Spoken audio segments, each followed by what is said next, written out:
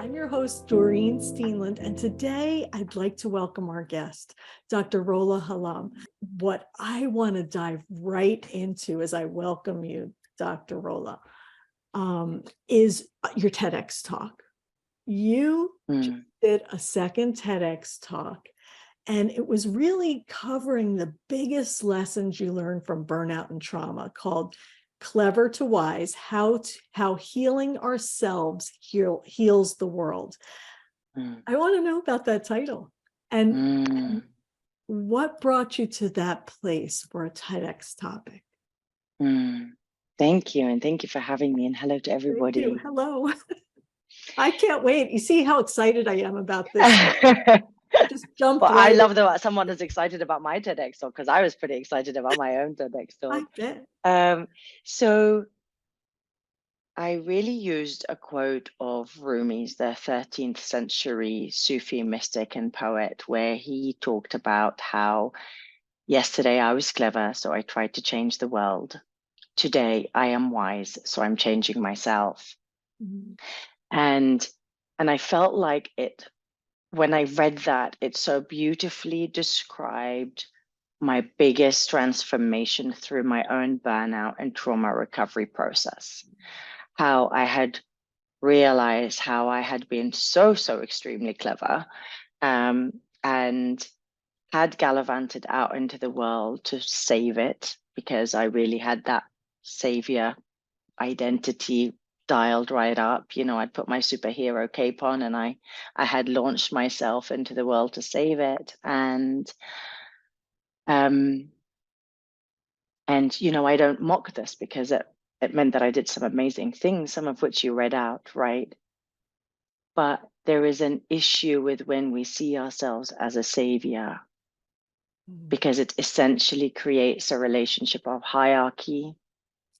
It creates a relationship of inequality. It creates a power dynamic whereby I'm the powerful and you, who I am helping, is the less powerful. And eventually, I think it makes us so unable to ask for help. As the caregivers, we became just giving. We find it very difficult to receive. And that just sets us up on that one-way track to burnout, and in our profession, trauma oftentimes. And you know, once I'd been through my healing and realized that actually my role is not to save the world, it's to be a healing presence. You know, to be a North Star during someone else's dark night of the soul, so that they too may find their way back to wholeness. And so, you know, I have emerged a wiser medicine woman, and I was so honored to be invited to share that journey and that message on the TEDx talk recently. Wow. I love everything that you said. And I am thinking about how this is something that we do normally, right? We just do it automatically without thinking. We jump into action. We overwork, we overfunction, we work to our fingers to the bones, really. And we're not taking the time to process all of the big things that we see as medical professionals. I mean, really, we could witness a death in 5 minutes and then walk to another patient without even having given that the space that it needs. 100%, which is insane, isn't it? Even as you say these words, I'm thinking, oh my God, do we do that? And I'm like, yes, that's exactly what we do. Yes. And that constant carrying of all of that weight, as you know personally, can only last for so long. Yes, 100%. Well, it takes its toll on us, yes, on our body, on our mind, on our heart, on our soul, right? It really, you know, affects every dimension of our being. Most palpably, our nervous system. Yeah. right? It frazzles us. I mean, when most of us talk about just, constantly in survival mode, treading water, trying not to drown, or just constantly firefighting, like there's so many different metaphors to use it, but we all know what that is, right? And it is that constant sense of fight and flight. We are in survival mode, there is an emergency, and oftentimes, certainly to begin with, there is that sense of there are multiple emergencies, and then at some point I think we get stuck in that state. Mhm. Right, we get stuck in that frazzled state, and we don't appreciate that we're stuck in it anymore. I mean, I had no idea that I was stuck in it until I had come out of it 10 years later, and I was like, I felt like I'd come out of a vortex or something. I was like, oh my God, I felt like a different person when I finally was in my more, the rest and digest, the more calm, creative, confident, connected state, which I had seen fleetingly, but it Yes. was no longer home. Home was emergency mode, responding, in the fast lane, even when the emergencies didn't exist. And I think that is the case with so many of us health workers and health professionals. Yes. Oh, I can so relate. It just becomes second nature to us. And I believe that medicine trains us to Mm, function like this. And I think that we need to rethink how we're training our nurses, our doctors, our PAs, our professionals to manage this. It's almost like we've been trained. We are not to show emotion. We are not to um, get worked up. You're to have like a blank face and just be with the patient and tell them what they need to hear. And all of these rules and mm, regulations about how we're supposed to process emotions. And what that makes us do is stuff them.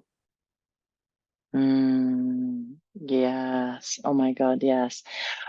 Um, we absolutely, I think, need to alter the training, and therefore, the next generation, and as existing professionals become more senior, um, but we absolutely need to work at it at the other end as well. And there needs to be this paradigm shift in the entire profession, and there must be leadership by senior clinicians and physicians and nurses and the professionals that and which is why I love what you're doing, and which is why I'm talking about it, to say, yes, you know what, I did incredible things, but also, you know what, it took a toll on me, and yes, I burnt out, and yes, I was deeply traumatized, and yes, do you know what, there were months when I was unable to function.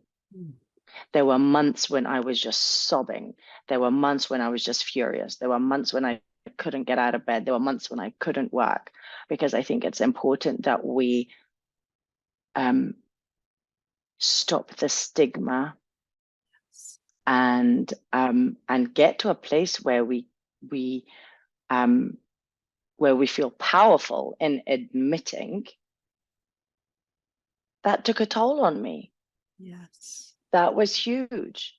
And I for years, through all the work I'd done in Syria, through all the horrors I'd witnessed, used to literally marvel at myself and tell other people, oh, it's amazing how untraumatized I am, considering everything that I've seen and done.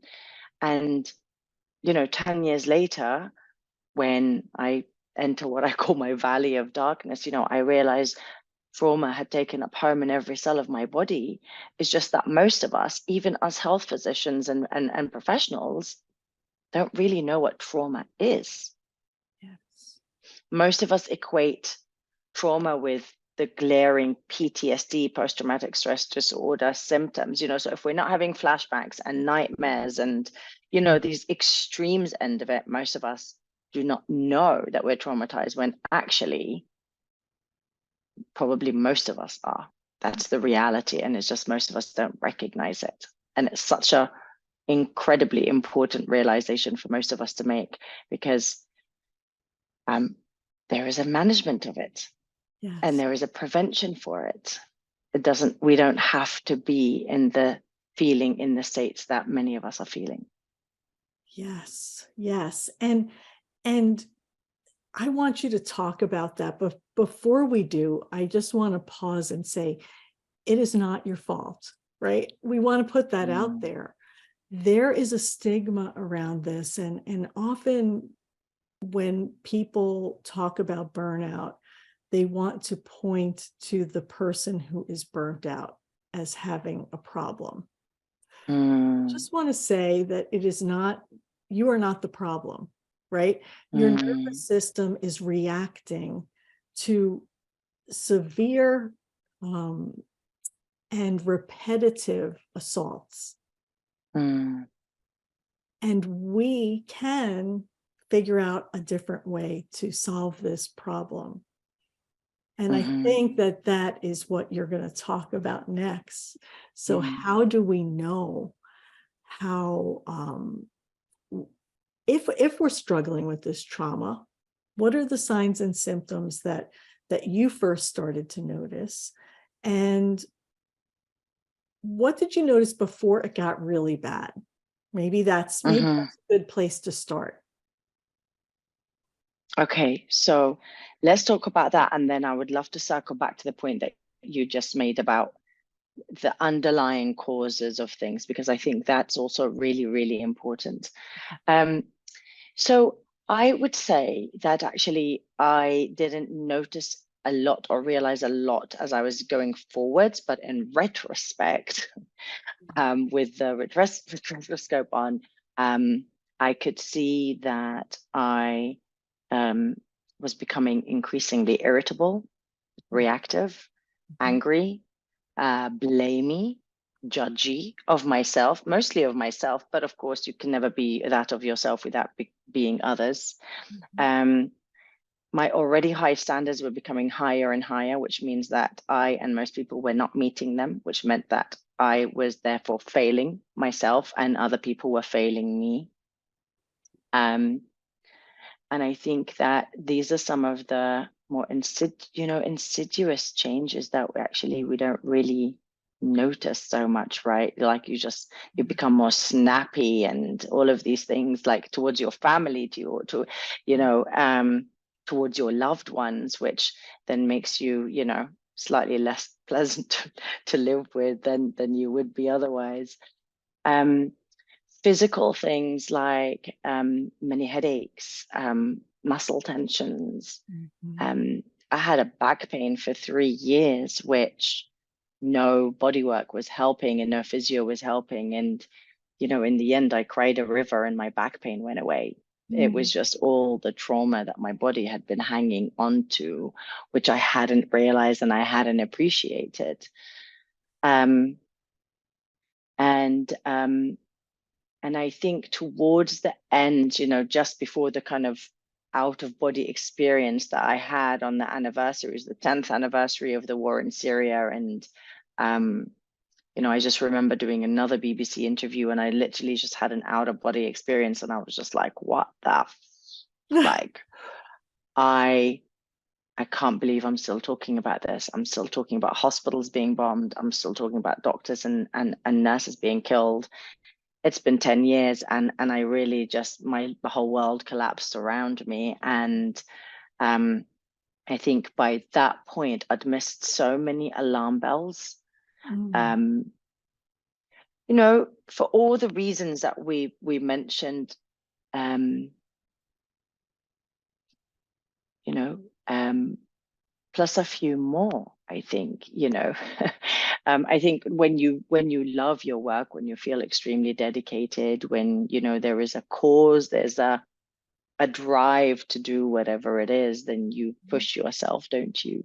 Mm. Um, um, but it all takes a toll. Yeah.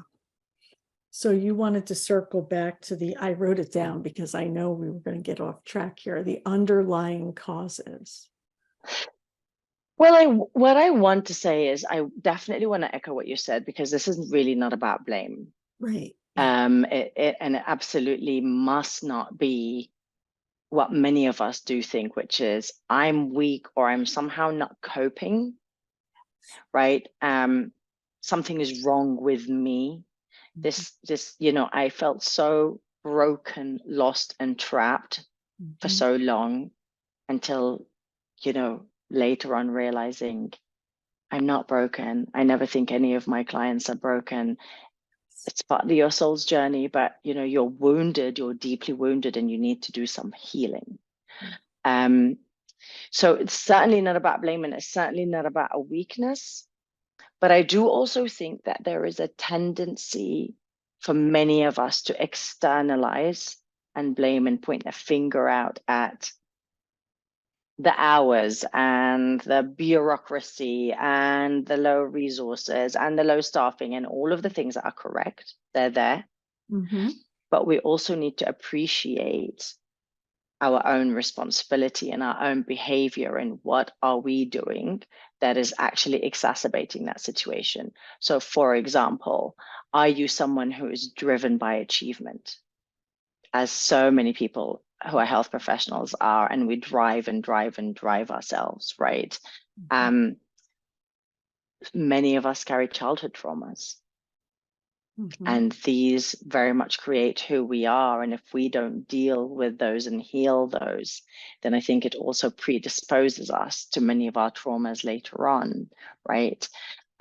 There's a 24/7 culture. So most of us don't rest adequately, don't recharge adequately, don't play adequately, right? Most of us feel like we need to respond to our messages, emails, whatever it is.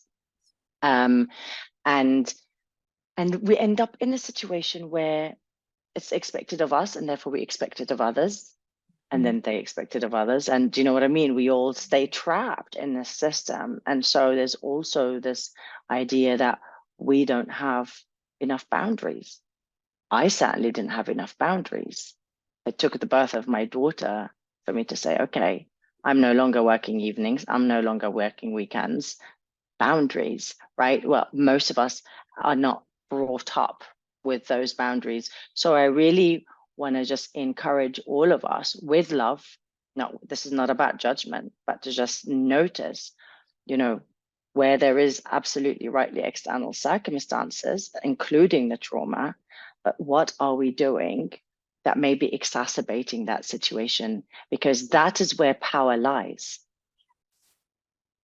right? When you can say, okay, this is something I can do something about. I might not be able to add doctors and nurses to the shop floor, but I Mhm. can put boundaries. I can ask for help.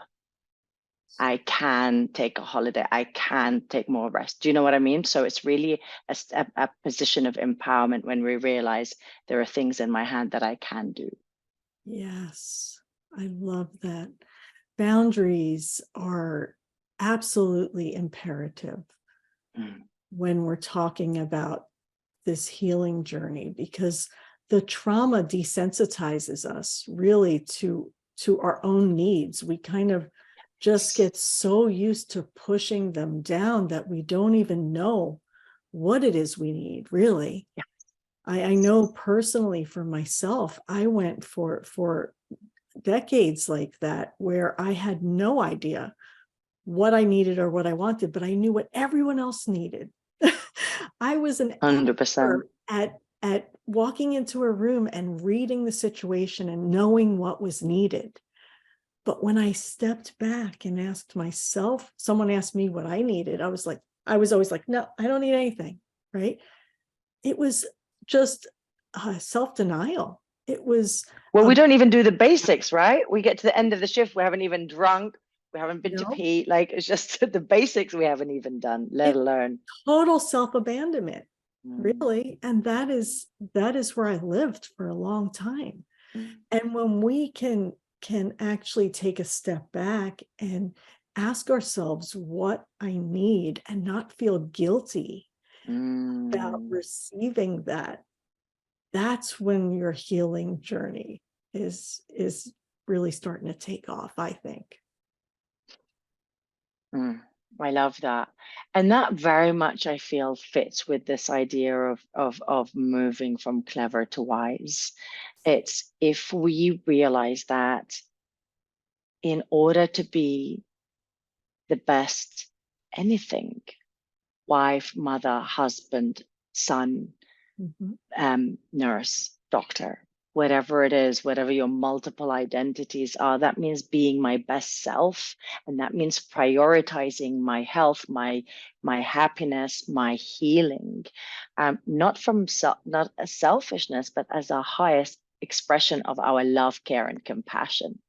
Yes. And we cannot be our best selves if we are not taking care of our needs, whether they are the most basic needs, as we just said, or our highest needs, right? And, I think, unfortunately, our society prioritizes achievement over self-actualization. And actually, we need to just switch that paradigm around and say, no, this is you becoming the best version of you, and knowing that that is the best way to create any change. Oh, yes. And I love everything you just said. And the truth is that the way we have become with this trauma is not really ourselves. We're no longer acting like ourselves, right?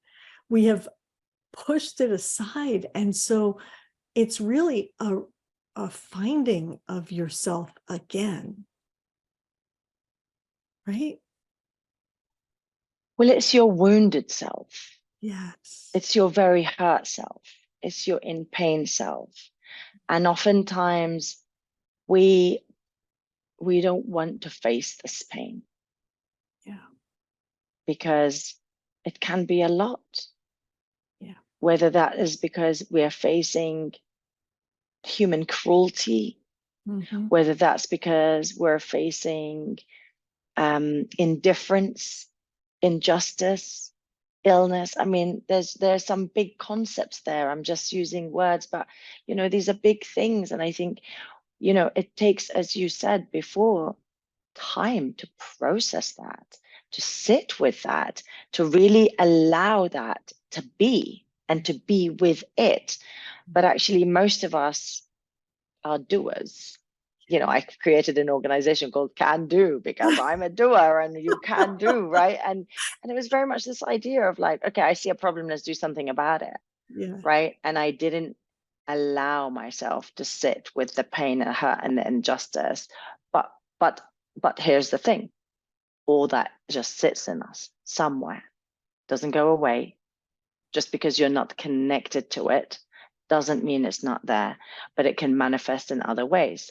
Back pain, autoimmune disease, Yes. cancer, cardiac disease. Like, there are so many links now proven by research between emotional pain, suppression of emotions, and physical disease, not to mention obviously mental and emotional pain. And so it doesn't go away.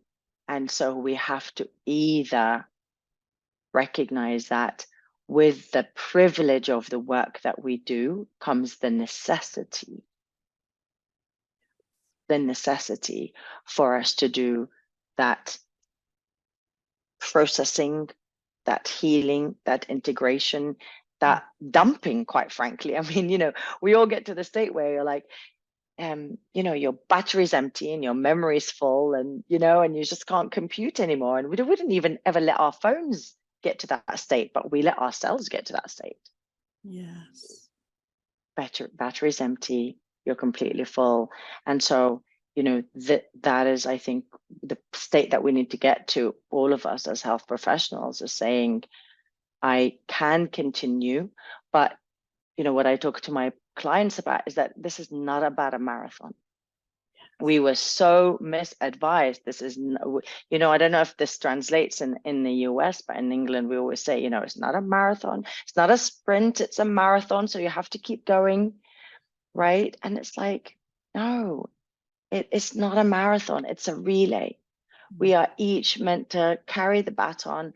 And when it's our turn, we're meant to run hard and run fast. And then I hand it to you. Yes. And I stop. And I rest, and I recharge, and I play. And then when it's my time again, I will run fast and hard again. But those boundaries, that teamwork, that taking care of ourselves must become an integral aspect of our work and not a needs must when we are, crawling into a burnout hole. Yes. Oh, I resonate with everything that you're saying. And the thing I hear most often from medical professionals is, I don't have time to do this work, right?